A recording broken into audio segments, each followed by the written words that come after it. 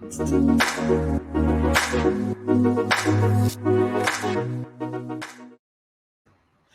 and welcome to another episode of MIA Podcast. Today we have another special guest, Amanda, who I will introduce in just a second. I think the main point of the podcast is that we answer this question: will Australian manufacturing ever return to the glory days of the 60s? And here to help us answer that question is Amanda from Yellowpanda. Welcome, Amanda. Thanks for having me. So great to have you on board. This is the part of the podcast where you get to tout your own business and give us a little bit of background as to what you do and how you got started. Mm-hmm. So I'm the founder and director of Yellowpanda. We're a communications agency that specialises in public relations, but more so the personal branding and sort of leadership marketing behind building profiles of CEOs and founders and public figures. And that comes from extensive experience doing that for politicians back in the day. So I used to be a political press secretary between federal and state governments. And a lot of what I learned about helping promote politicians, but especially during campaigns to get them re-elected and getting votes, could be translated into business in terms of, bringing business. Yeah. Yeah, I love it. And if you are watching, if you are listening, this is something I think a lot of Australian or probably businesses in general, but let's focus on Australian manufacturing, tend to either shy away from or disregard, or it's something that's only for people who want to be sort of, Richard Bransons in the planet. Whereas where you specialise, Amanda, is helping get a voice out for businesses and business owners, and rightfully having Australian manufacturing businesses get out there and grow and shout about themselves. Yeah, and essentially starting from scratch too. So whereas you use the example of Richard Branson, a very well-known figure and identity, a lot of the people that I work with are starting at ground zero when it comes to any kind of public profile or amplification out there in the media or through social media and that kind of thing. So let's take a look at I think firstly let's take a look at why any manufacturing in a business in Australia may engage you, and then if we could have a little bit of a sneak peek into very high level how that might work for someone as well. Yeah, sure. So one of the main reasons, let's just say the main reason would be because obviously you're wanting to increase sales and revenue, because first and foremost, any decision we make in business is to ultimately try and do that.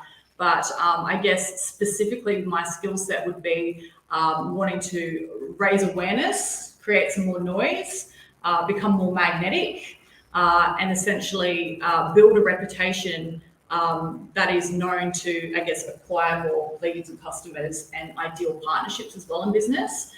We even mentioned before, it's not even just about bringing money in the door, but it can also be about attracting really good candidates for the recruitment side.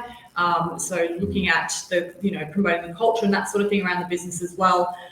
So really we come in and to the second question, and a sneak peek behind kind of what that entails is it is building a custom strategy that does look at what are the goals, what are the business goals, and then from a communications perspective, who is it that we need to get in front of? Who is it that we need to win over? Who is it that we need to build those relationships with? Who do we need to get in front of so that we're front of mind?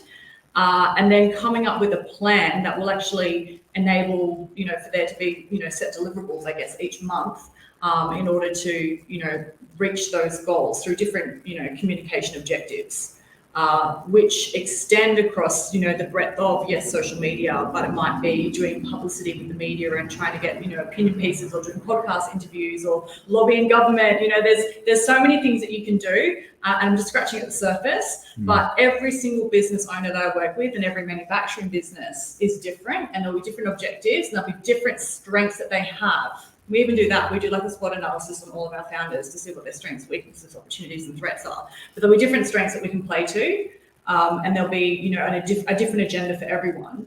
And there'll always be a white space that we're trying to identify as well. So we'll be looking at everyone who already currently exists in the landscape and going, well, how do we actually make you stand out and be different to all of your competitors? What is the space that you can own that will be uniquely yours? Okay, sounds good so far. So look, for business owners who are listening or watching, to some of them it may sound like it's a lot of work, too much effort. What would you say to those business owners? Because, like you said, at the end of the day, it's about growing your business. From my perspective, it's about having. Rather than say someone like myself doing the hard work as the founder, you've got a partner who knows what they're doing, who can guide you through the process. Yeah, because you're right, it is a lot of work. There's a lot of work that goes on behind the scenes. Like I have a whole entire team that help, my clients get to where they need to be.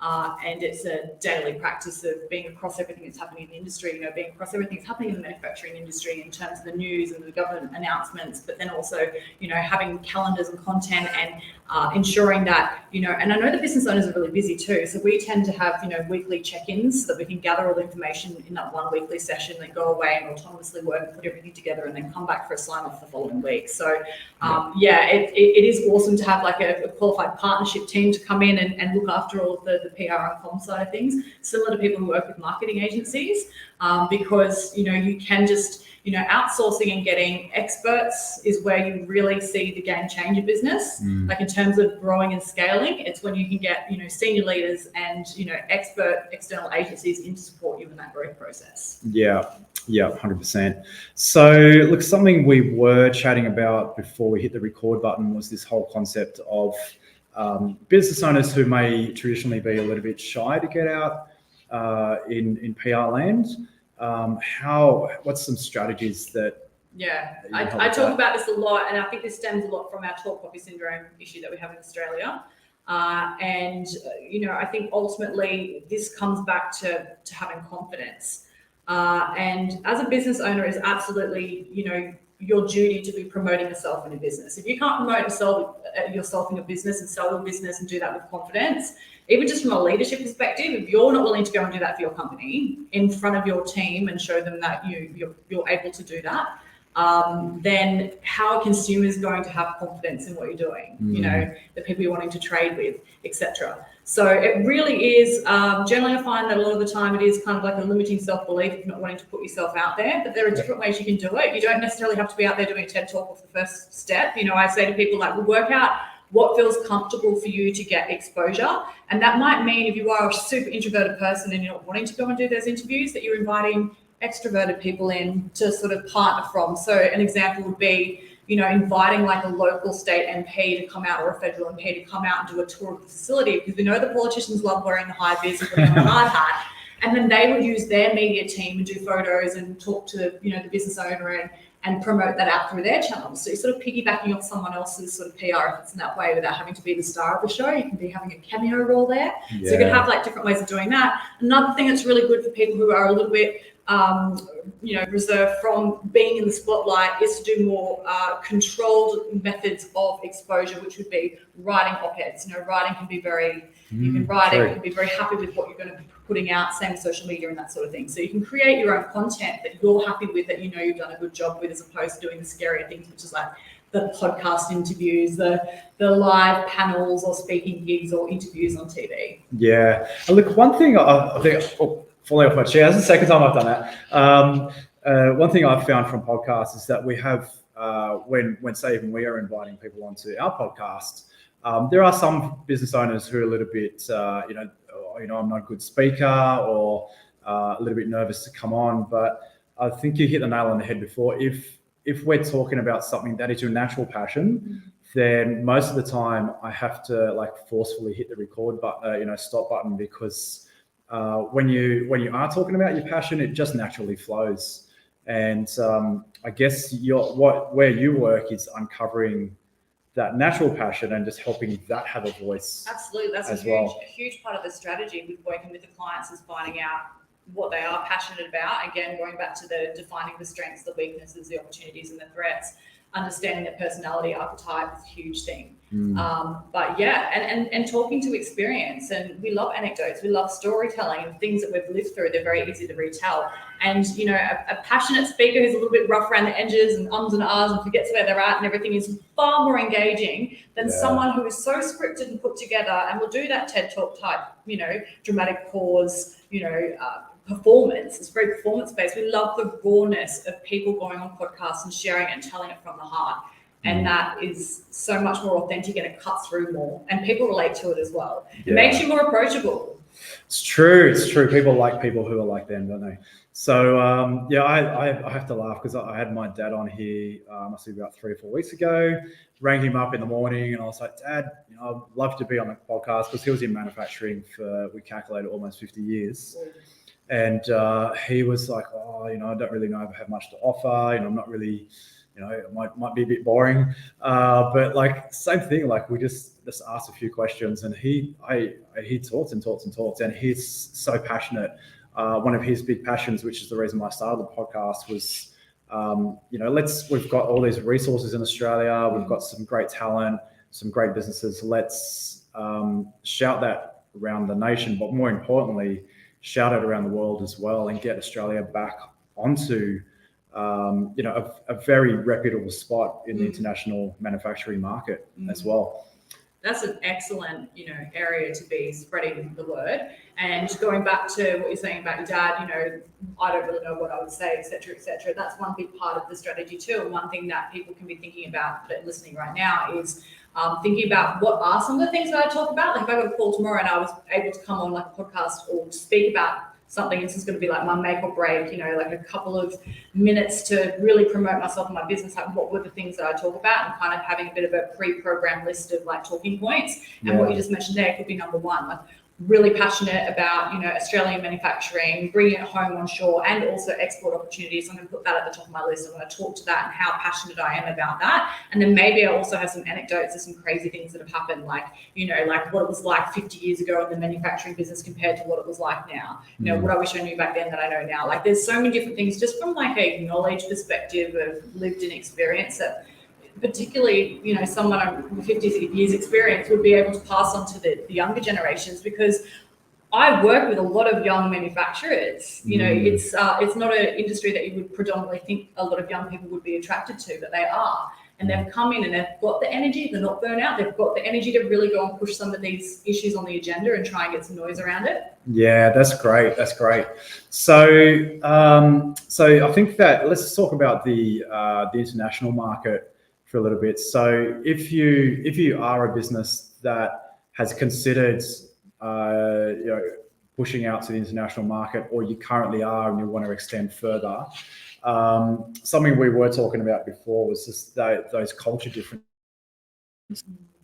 around the world, where, say, in America, you say you go to a conference there, and I've experienced it as well, and it's like someone stands on stage and they're like, my wife's pregnant, and the whole audience is like, oh my god, it's so amazing. In Australia, everyone's like, yes, it's nice, and there's crickets. There's a very different culture to be able to step out overseas. And absolutely, if you're not loud enough, you're just going to go completely unnoticed. And I think this actually has put off 2 points of thinking in my brain as you've asked that question. Yes, there's this, if you go over there and you're not loud and proud enough and you don't have enough presence, then you're just not going to be heard. But the other thing is too, we have, labour hire is an issue in Australia, and the cost of labour is really high. So we won't be able to compete with a lot of nations outside of Australia when it comes to price. So what we need to do is obviously be pushing for quality, with the product. So we're not going to compete on price, but we will compete on performance and quality. Now, in order to be seen as a brand that is performance driven or quality driven, or like a premium brand, that's also where like the public relations comes into it, because PR is about elevating your brand, and a lot of businesses will engage PR at a point in their business strategy where they are wanting to elevate the perceived value of what they do, past, to overtake a lot of the competitors. So if you're in a space at the moment in manufacturing and no one in your manufacturing sort of sphere is doing any kind of PR or branding work, there's a real opportunity there to be a pioneer and to raise the bar. So there's a 2-pronged approach. Yes, you want to be really visible and really loud and proud and out there, but at the same time, you want to have that brand perception. Yeah, 100%. And that's super important, because I guess as Australians, we would look at some of the traditional high quality countries, like your Germanys and your Switzerlands and places like that. People for the right product, people are willing to pay whatever it takes because they know that product is going to last 10 times longer than something from a cheaper place. And I really feel like we need to have a collective voice overseas where we are shouting out Australia is great quality wise. We coming back to that tall poppy syndrome.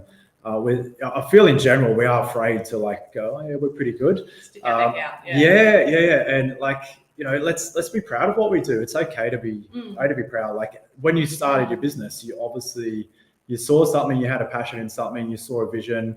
Let's get that vision out there rather than putting a cap on it. Yeah, and it doesn't have to be like a spammy, self-indulgent, like egotistical, promotional type vibe that you're putting out there when you're doing that. I often say, to my clients that this promotion isn't coming from you as an individual wanting people to pay more attention to you and your business. It's coming from the fact that you're trying to serve people through what you do. Now, most people in business would be proud of their products and services, right? It's your job to make sure that people use your products and services because you think they're the best, and don't consumers, deserve to actually find someone that they can do business with who's going to do a really good job of it. So it's the active service of like putting yourself out there to attract business so that you can look after people as well. So when you look at it from that perspective of like the more people I can help and actually serve, the better. Yeah, 100%. And this is something I learned very early on in my business. For those who are watching, I'm just going to sidetrack for a second. My business career, I had a background in web development, I was a programmer, all that sort of stuff. And then I flipped into life coaching. So that's a whole nother podcast. So we're not going to go too deep into it. But one of the things that I learned as part of the sales process with my business coach was step away from making it about you and making it about the people you're wanting to serve. And for me, that completely flipped my business on the head because I was like, of course, I'm just sitting here worrying about myself when I've got this amazing product that I can help people with. And I think that's the same regardless of what business you've got. You started it, people buy it, so obviously it means it works. And I'm guessing most of the time people say your product's great. So yeah, get more of it out there. Yeah, and the same can be said too with that for I'm just having a brain freeze. See, it happens. Don't be scared if you go on a podcast and this happens to you as well. I forget where I was going with that, but it was something around yes. So in terms of thinking about how you're serving people and what they need and how you can help them, making it about them and not you. The same can be said for your communications and like how you're targeting your media and comms, because you're not writing about things that you find interesting or that you think are cool to put out there. You've got to be thinking about what would they like to see from us? What would they like to read? What do they need to know about from us? Like how do we, educate and entertain them through our communications? It's more about thinking about what your audience wants to see from you rather than what you would like to give to your audience. Yeah. We'll got there eventually. How many times do you see a piece of comms go out that is like, hey, we painted our door red today. We're really great. Here's a photo of our red door. And it's like, okay, you can have them occasionally, but not every single communication point. No, that's the thing. Like we're exposed to thousands and thousands of pieces of comms a day now. Like just the exposure we have with the amount of data that's out there and the fact that we spend so many hours per day on our screens. So what will really cut through is something that is super targeted to emotionally connect with someone that is like problem solving. Like it's all around problem solving really. It's like, is there something that you can put out there that's going to make someone's life better today? I think that's like the main thing that helps. Like I know what I will stop on in the feed if I'm scrolling through, or I know what I skim read a lot, but if there's a headline that grabs me, it'll be something that I care about that is going to help me become better at that thing, or a better person, or better in business, or whatever it might be, but it's to advance humankind, right? Like, is this content I'm about to put out going to advance humankind?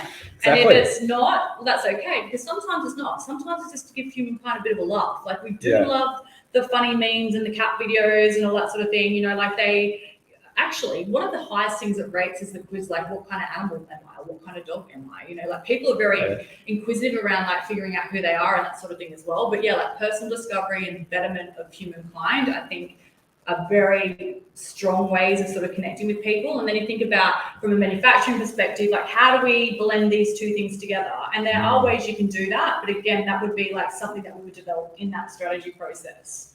Yeah, that's great. That's great.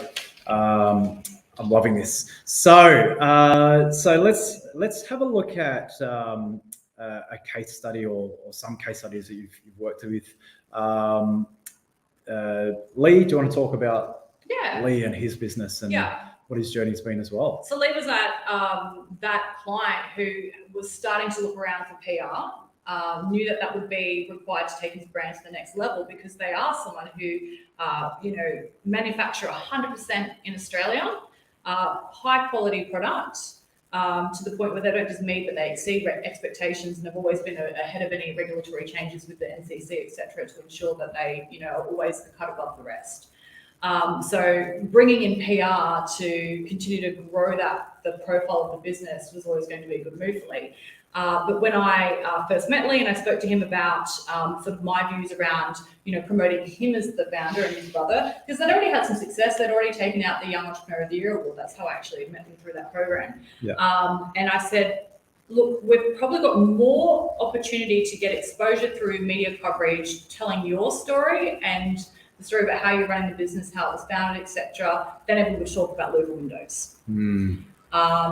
And that then became the strategy. And so we put out stories about, because him and his brother run business together, what is it like working sibling co-founders, a secret to success. Oh, yeah. These sorts of things, looking at the work-life balance of, a busy father, entrepreneur and a young person, and doing all of these like physical challenges, to obviously maintain that work-life balance and have that sort of, that edge in business, which eventually ended up, getting an AFR feature. Financial reviews pretty much on every client's wish list as well. Yes. Taking out a number of awards. So we will generally build out a strategy for clients too, like what award programs they can nominate for. So we help them secure their first ever International Asia Pacific Stevie Award for product innovation in construction, specifically for the louver window at the time. And, continue to put them through different awards programs, which I have a lot of success with. But then also, again, what I was saying before about, bringing in government, making sure that he had good relationships with local government, particularly through COVID, as money's getting chucked around for stimulus, that sort of thing. Lee approached me to help him, go to government with a proposal for them around the stimulus to ensure that money was coming through the construction sector and, into the window manufacturers, not just manufacturers, but people employed to manufacture and install windows as well. I think of which there was around 1,000 of them at the time too. So, and then also going out and doing the podcast interviews and going on television and promoting Manufacturing Australia and bringing manufacturing back on shore and talking about circular economy. And then we also helped him recently champion a sustainability arm to his whole process as well, which is suppliers for Claire. There's a lot. Like, I can sit here and go, wow, but it has been 3.5 years. So over 3.5 years from building out a really strong foundation as, the founder brand, telling the story about, founding the business, different challenges along the way, getting into a little bit of that lobbying, getting into that leadership marketing area where you are starting to talk about, the issues facing manufacturing in Australia, and putting your weight behind it and helping to raise those issues and lobby on behalf of,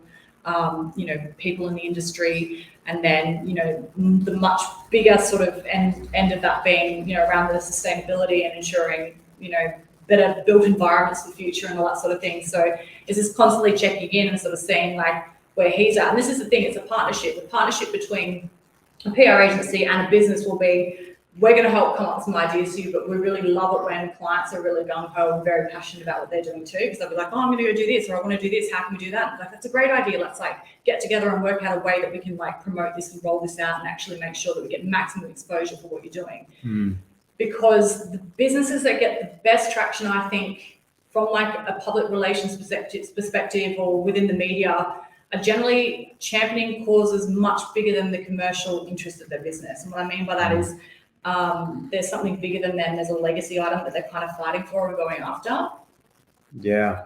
So that's been really helpful for, in his instance, to continue to be fighting for the bigger stuff as well as like, the, just looking after manufacturing in Australia. Yeah, that's so important, because I feel like a lot of the guests that we have on as well, we talk about their business, but most of our guests do have recently we've had guests talking about the energy issues and much larger issues than just their business or just manufacturing as well. I think we naturally gravitate towards people that have a bigger movement. Yeah. If you're a business owner out there, I think it's very important to be aware of what your business passions are, but also what your life passions are as well. Because this is a layer that to you might just seem normal and maybe even boring, but for a lot of people, it's the area that they gravitate to. And seeing yourself as a leader in that space, it just opens up so many new doors for you and opportunities for your business and your team and whatnot. And we touched on this a little bit earlier as well, that whole concept of everyone we speak to is having trouble in the labor market at the moment trying to hire. And we both came across this question, like Richard Branson came out and said, hey, I'm hiring. Half of Australia would probably put in their resume. Yeah. So what is it about businesses that they struggle to hire, but sometimes they hit, and I'll let you talk about it, but they hit this this shift in their business where they go from, hey, can you apply for a job, to, wow, we're going to have people lining up at the doors. So what's that sort of shift in thinking, do you think, for I think it's businesses? I think it's really similar to when, Google came out and was flashing, opening the doors and giving everyone a sneak peek behind how cool their workplace was, and everyone's like, oh, I want to go work at Google, it's so fun, and slippery slides and free food and ping pong and all this fun stuff.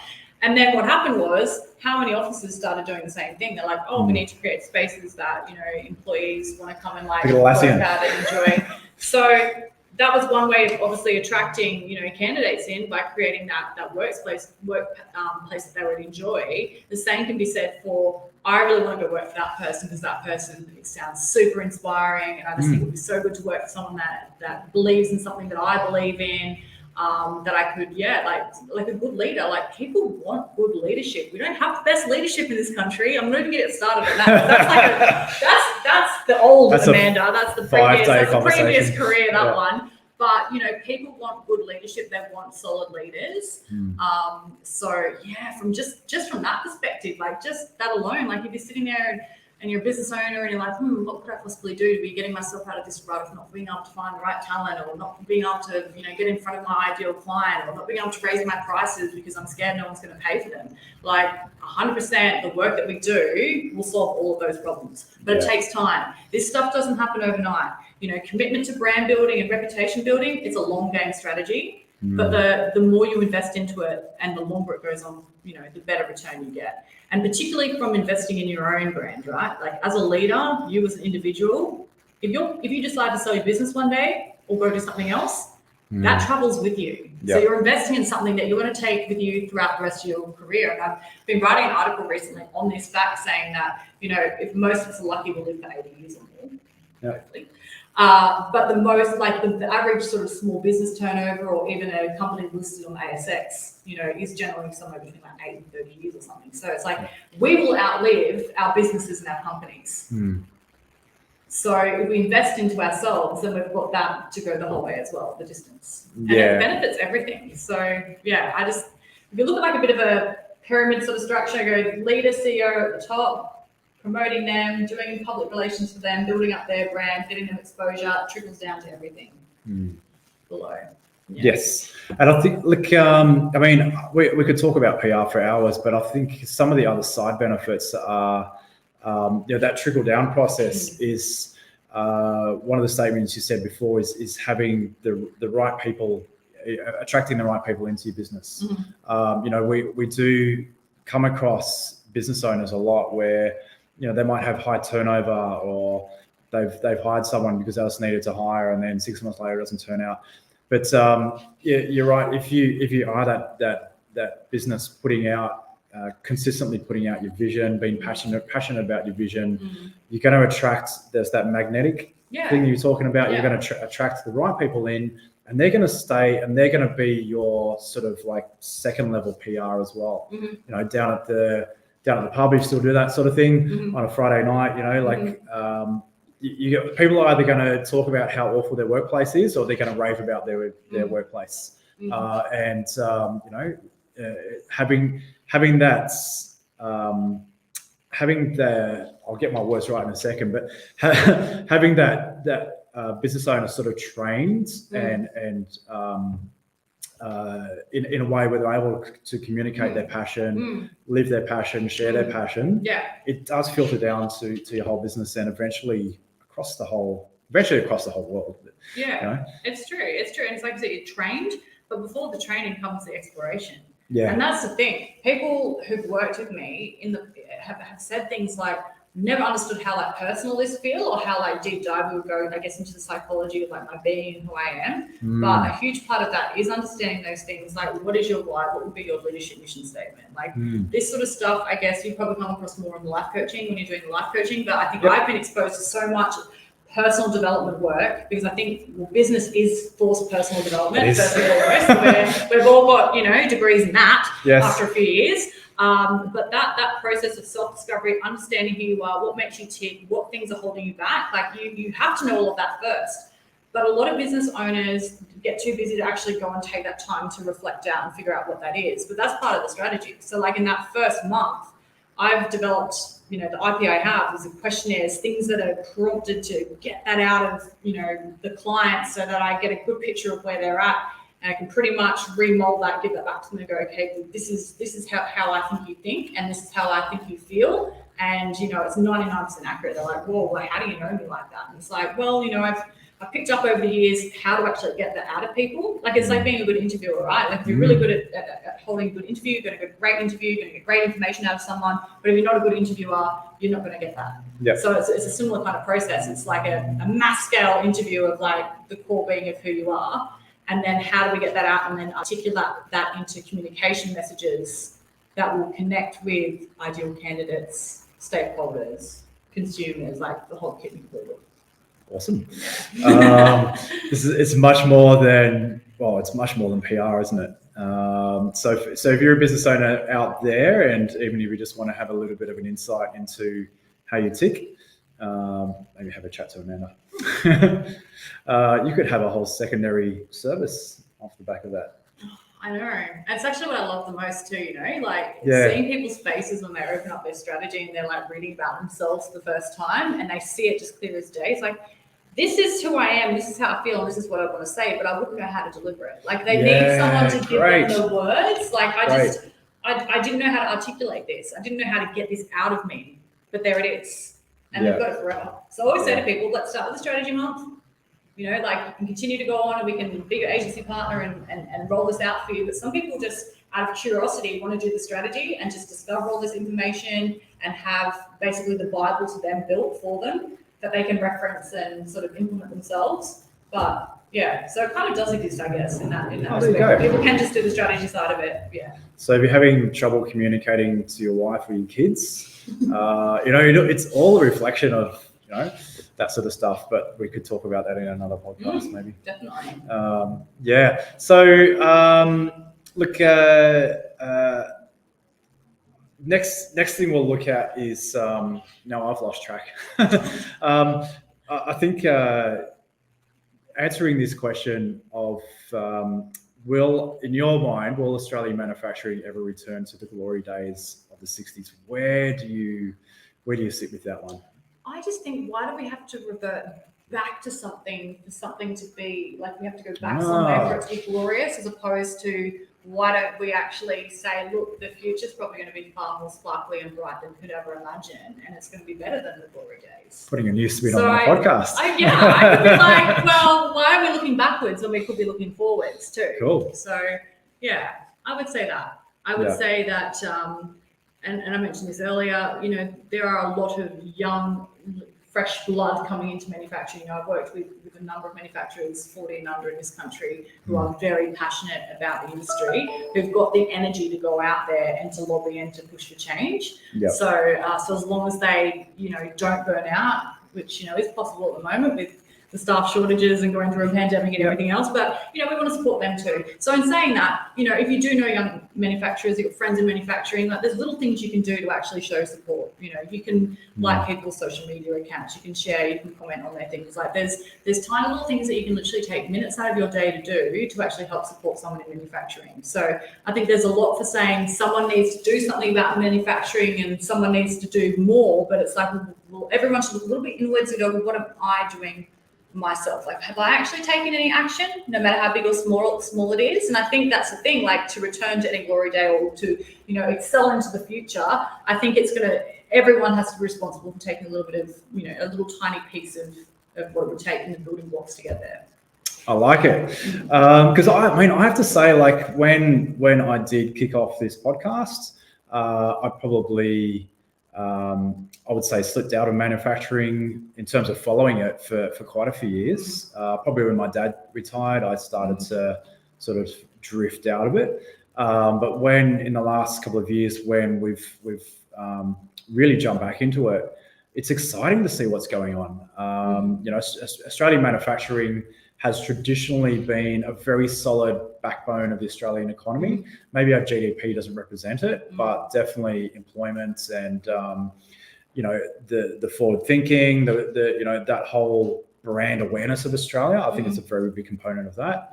Apart from Paul Hogan and tourism, we've got this strong manufacturing base as well. Yeah. And if you are a first-time listener or you're a listener who's just curious about manufacturing itself, definitely dabble further and see what manufacturing's up to. It's very exciting. We've got we've got all the young guns around. We're going into space manufacturing, aeronautical manufacturing. That's their industries we've never touched before.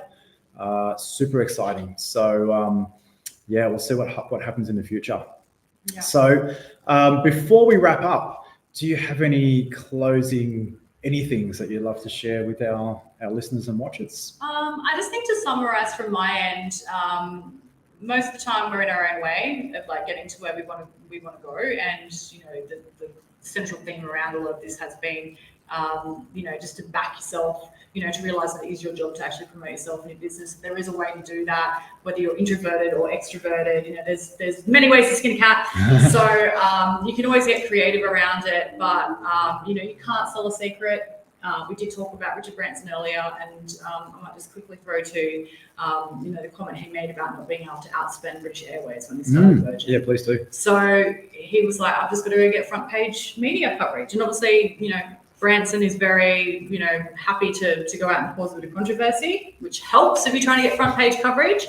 But, he's a very, very smart, one of the smartest businessmen that we've got on planet Earth, who has basically said, PR is a better option as opposed to marketing. Sometimes they've got to go together, but it's definitely worth something exploring if you're wanting to promote yourself and make an impact to get out there and get heard. Yeah. Absolutely. So for those watching and listening, Amanda, how do they get in contact with you? You can come through the website, so yellowpanda.com.au, but my handle is Amanda Panda Williams on Instagram and on LinkedIn, so I do tend to have people contact me through there as well, or amanda@yellowpanda.com.au if you want to send me an email. Perfect. So once again, thank you very much for watching, listening, however you consumed the podcast this session episode, and we will see you very soon in our next episode. And for those who obviously you're listening, watching, Lee will be a future guest on here as well, so we can sort of part 2 of this story. But once again, thank you, Amanda. Thanks for having me. Thanks, guys. Thank you. Bye. Thank you.